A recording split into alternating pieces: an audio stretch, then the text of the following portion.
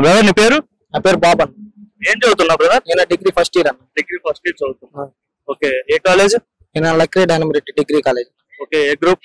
నేను BSc chemistry అన్న. BSc chemistry చదువుతున్నావు. ఓకే, ఎట్లా ఉంది విద్యార్థులకు సంబంధించి ఈ గవర్నమెంట్ తీసుకునే నిర్ణయాలు కావచ్చు, ఎలా అనిపిస్తుంది? బాగున్నాయా బాగలేవు? గత government Jaganmohan Reddy job calendar అని చెప్పి జనవరికి విడుదల చేస్తా అని చెప్పి మాట తప్పాడు. ఇప్పుడు గవర్నమెంట్ రాగానే ఫస్ట్ మెగా డిఎస్సి ఫోకస్ మీద పెట్టారు. Mega DSC వదిలేరు. స్టార్టింగ్ 16,000 పైగా ఉద్యోగాలు. ఇప్పుడు మన ఐటీ మినిస్టర్ లోకేష్ గారు మొన్నే అమెరికా పర్యటనలో కంపెనీస్ మీద పెట్టుబడులు వాళ్ళతో మీటింగ్లు మాట్లాడారు. వచ్చే సమయానికి ఇప్పుడు చదువుతున్న యువత మంచి స్థాయిలో ఉంటే ఆ ఉద్యోగాలు ఏర్పడతాయి. అంటే కల్పిస్తారంటారు ఈ గవర్నమెంట్. మరి గతంలో మన రాష్ట్రానికి రాజధాని లేదు, అండ్ డెవలప్మెంట్ లేదు, పెట్టుబడులు రాలేదు, కంపెనీ రాలేదని చెప్పి పెద్ద ఎత్తున ఇక్కడ నుండి యువత పక్క రాష్ట్రాలు తరలి వెళ్ళారు ఉద్యోగ అవకాశాల కోసం. సో మరి ఈ గవర్నమెంట్ లో మన రాష్ట్రంలో చదువుకున్న వాళ్ళకి మన రాష్ట్రంలో ఉద్యోగ అవకాశాలు వస్తాయంటావా? కంపల్సరీగా నారా లోకేష్ గారు దాని మీద గట్టిగా ఫోకస్ చేస్తున్నారన్న. గత గవర్నమెంట్ చూస్తే మట్టికి అక్కడ నిరుద్యోగ యువత తప్ప ఉద్యోగస్తులు ఎవరు లేరు. ఇప్పుడు గవర్నమెంట్ అయితే మన నారా లోకేష్ గారు స్వయం కృషితో అమెరికా పెట్టుబడులు గానీ మొత్తం సంస్థలు గానీ ఎక్కడికక్కడ ఇప్పుడు గవర్నమెంట్ మీద నమ్మకంతో పెట్టుబడులు పెట్టేందుకు ముందుకు వస్తున్నారు. మరి ఇప్పుడున్న ఐటీ మినిస్టర్ లోకేష్ గారికి గతంలో ఉన్న ఐటీ మినిస్టర్ కి తేడా ఏంటంటే ఏం చెప్తాం? గత ఎక్కడ దాకా ఎందుకన్నా గత ఐటీ మినిస్టర్ వెళ్ళి ఉద్యోగాలు తీసుకురామంటే అక్కడ 4 degrees Celsius అక్కడ బాగా చలిగా ఉండేది. ఇప్పుడు ఎవరు వెళ్తారన్నారు. ఇప్పుడు ఇదే వయసులో 75 సంవత్సరాల ముఖ్యమంత్రి గారు అదే చలిలో వెళ్ళి మొన్న అక్కడ పర్యటన చేశారు. ఇప్పుడున్న గవర్నమెంట్ కి అప్పుడున్న గవర్నమెంట్ కి అయితే చాలా తేడా. ఓవరాల్ గా బాగుందంటారు. బ్రదర్ మీ పేరు? బ్రదర్ చైతన్య కృష్ణ. ఓకే, ఇప్పుడు ఎన్నో year brother? Second year first year. Second year. Okay, మరి అంటే విద్యార్థులకు సంబంధించి పెద్ద ఎత్తున చర్చ జరుగుతుంది. ఏదైతే డిగ్రీ కావచ్చు, బీటెక్ కావచ్చు ఉన్న వాళ్ళ విద్యార్థులకి ఫీజు రియంబర్స్మెంట్ ఇప్పుడున్న ఏదైతే ప్రభుత్వం ఉందో ఆ ప్రభుత్వం వాళ్ళు సకాలంలో చెల్లించట్లేదని చెప్పి అయితే గత ప్రభుత్వం వాళ్ళు ఆరోపిస్తున్నారు.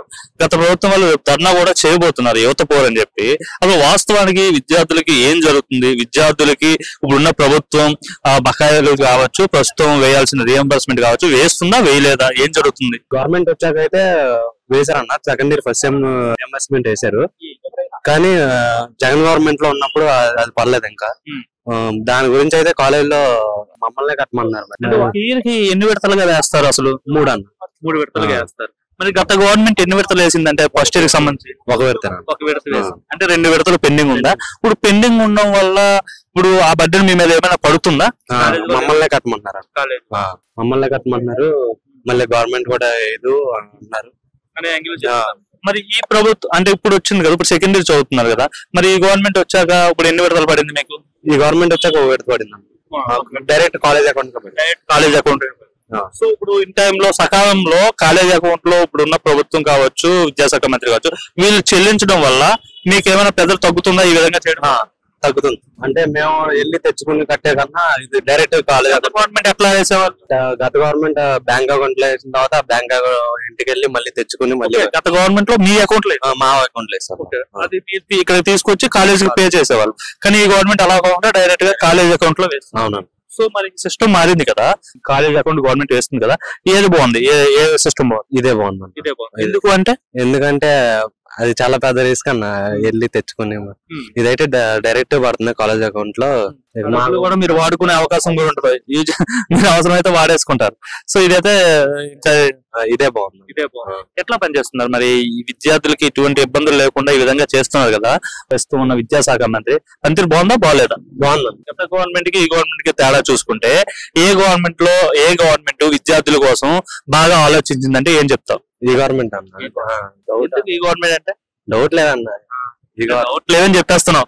ఈ గవర్నమెంట్ అన్న పోయిందంతా పోల్చుకుని చాలా గ్రేట్ అన్న. ఏ విధంగా అంటే మాకు ఫీజు రియంబర్స్మెంట్ అనేది చాలా దాంట్లోనే పడిపోతుంది. మేము వెళ్ళి తెచ్చుకోవాలని అవసరం ఉండట్లా. ఇంకా భవిష్యత్తు కావచ్చు, మీ భవిష్యత్తు కావచ్చు, ఎలా ఉండబోతుంది? ఆల్రెడీ ఇండియన్ గవర్నమెంట్ ఆంధ్రప్రదేశ్ కి శాంక్షన్ చేసింది కదన్న అమరావతికి. ఇక గవర్నమెంట్ మీద నమ్మకం ఉంది, వాళ్ళు చేస్తారని నమ్మకం ఉంది. బీటెక్ వాళ్ళు మ్యాక్సిమం అంటే ఐటీ రంగంలోకి వెళ్ళాలంటే పక్క రాష్ట్రాలకు వెళ్తున్నారు ఎక్కువ. అంటే హైదరాబాద్ కావచ్చు, చెన్నై కావచ్చు, అంటే పక్క రాష్ట్రాలకు వెళ్ళి ఉద్యోగం చేసుకోవాల్సిన అవసరంగానే ఉంది. సో ఇన్ ఫ్యూచర్ మరి మన రాష్ట్రంలోనే మీరు ఉద్యోగం చేసుకునే అవకాశం ఉంటుందా మీరు రిలీవ్ అయ్యే టైంకి? ఖచ్చితంగా. లోకేష్ ఐటీ మినిస్టర్ గా ఉన్నారు కదా, ఆయన పనితీరు ఎలా ఉంది ఐటీ పరంగా? చాలా బాగుందన్న. కంపెనీలు కూడా తెస్తున్నారు కదన్న. ఇక్కడ ఇన్వెస్ట్ చేయడానికి చాలా కంపెనీలు ఆల్రెడీ టూర్ కూడా వెళ్ళారు వాళ్ళు, వెళ్ళారు, అంతకుముందు అమెరికా వెళ్ళారు. చాలా కంపెనీలు కూడా సైన్ అప్ చేసి ఇన్వెస్ట్ చేస్తున్నారు. మేబీ ఫ్యూచర్ ఇంకా బాగుండాలి. వాళ్ళు కష్టపడతారు. అసలు టాక్ ఎలా ఉంది? మీ స్టూడెంట్స్ మాట్లాడుకుంటారు కదా, మీ సీనియర్స్ కావచ్చు లేదంటే జూనియర్స్ తో, ఇన్ ఫ్యూచర్ మనం రిలీవ్ అయిన తర్వాత ఎక్కడ ఈ ప్లేస్మెంట్ వస్తే బాగుంటది, క్యాంపస్ లో సెలెక్ట్ అయితే బాగుంటది అని ఒక జస్ట్ మనం డిస్కషన్ చేసుకుంటాం కదా. ఇన్ ఫ్యూచర్ బాగుంటది అనుకుంటారు, అంత హోప్ ఉందా మీ అందరికి? ఉందన్న. నెక్స్ట్ ఇంకా కూడా మనల్ని ఇంత ముందు చాలా మంది ట్రోల్ చేసేవాళ్ళు, ఎక్కడి నుండి వచ్చారంటే ఆంధ్ర అంటే మీకు క్యాపిటల్ లేదు కదా అని చెప్పి ఈ విధంగా అనేవారు కదా. సో ఇప్పుడు అమరావతి ఏకైక రాజధాని అనేసి అయితే సీఎం గారు అనౌన్స్ చేయడం జరిగింది. సో ఎలా అనిపిస్తుంది? ఇప్పుడు కొంచెం ప్రశాంతంగా ఉన్నాను. ఇంతవరకు 3 రాజధానులు అంటే ఏం చెప్పాలో అర్థం కాదు, కొంచెం బాగుంది.